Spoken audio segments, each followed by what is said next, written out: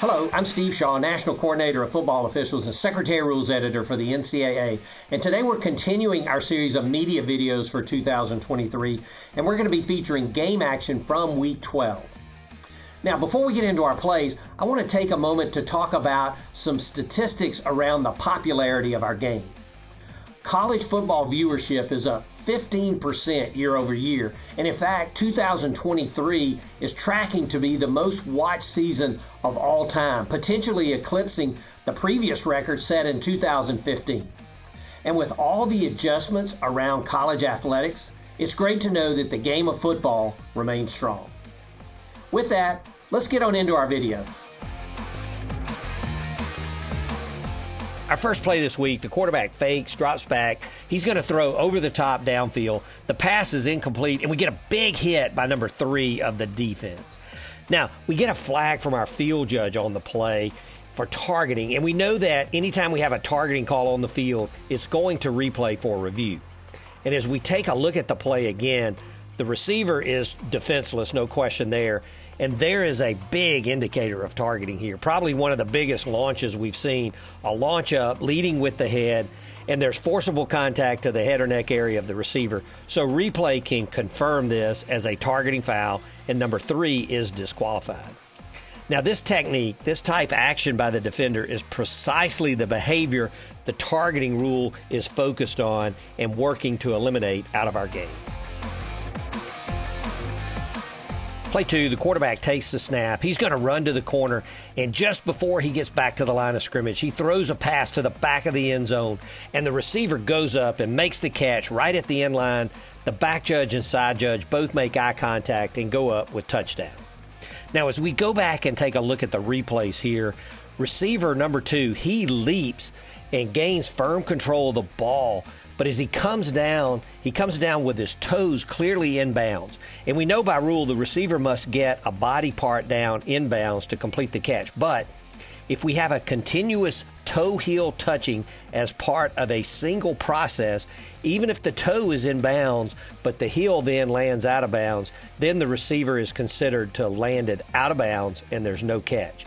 And this is very tight here, but replay sees that the left heel, it touches the ground out of bounds, and you can almost see it bounce back up. And it's hard to see if you go frame by frame, but if you look at the play at a continuous pace, I think you'll agree that that left heel does touch out of bounds, so this is no catch. Replay overturns this to an incomplete pass. Play 3, the offense has 4th and 6, and they're in a scrimmage kick formation.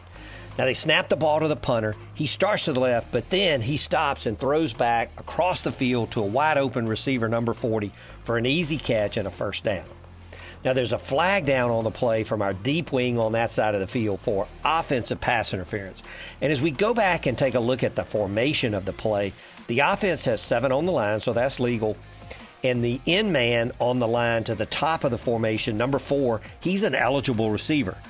So he's going to release, and he's contacted by the defender, but as they go downfield, the offensive player continues to block the defender, and that lets the back come out and be open free. Now, restrictions for pass interference for the defense start when the pass is actually in the air, but for the offense, illegal contact is prohibited downfield when the pass crosses the neutral zone from the time the ball is snapped to it is touched. So this blocking by number 4 is not legal, and it's a correct call for offensive pass interference. It's a 15-yard penalty from the previous spot, and the offense repeats 4th down.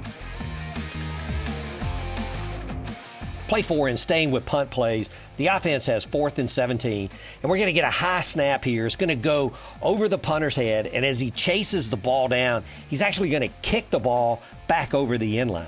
So the result of the play is a safety. But we see that the referee is going to drop his flag in the end zone for illegally kicking the ball. And by rule, no player is allowed to kick a loose ball. So this penalty is enforced from the spot of the foul, which is in the end zone. So the penalty really would result in the safety as well. So on this play, there's no choice. We're going to have a safety. But suppose the punter actually kicked this ball before it got back into the end zone, say at the 2-yard line. Now, if he illegally kicked the ball back through the end zone here, The result of the play is still a safety. But if the defense chose to accept the penalty in this situation, the spot of the foul is now in the field of play. So we'd penalize from the 2, half the distance to the goal, back to the 1, and the penalty also carries a loss of down. And since it was 4th down, the penalty would give the ball to the defense, 1st and goal at the 1. So bottom line here, if the action illegally kicking the ball is in the end zone, no choice, it'll be a safety. But if this action is in the field of play, the defense can take the safety by declining the penalty or have 1st and goal by accepting the penalty. Interesting play. Play 5, we get a pass downfield. It's going to be picked off by number 7 of the defense. He makes a big return coming back across field and is finally tackled at about the 14-yard line. Now, it's a great play, and initially number 7 celebrates with teammates, and we don't get overly technical in that type celebration, but then the action goes over the line, and we see 6 defenders come together. They pose in what appears to be choreographed positions, and this is excessive, and our referee comes in and throws the marker for unsportsmanlike conduct. Now, 6 players participated in the act, but we're only going to penalize one time 15 yards for unsportsmanlike conduct, but we announce the numbers of all participating players and give them what we call an unsportsmanlike counter. And this is important because if any of these players receive a second unsportsmanlike conduct foul in the game, then they would be ejected. This is a good job and good judgment by the officiating crew here.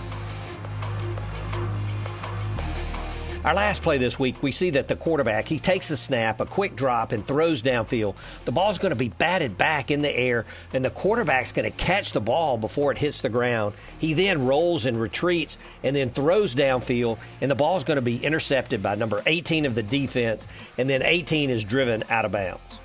Now, as we go back and break this play down, and we did have a flag down by our referee here, what are the rules governing this play?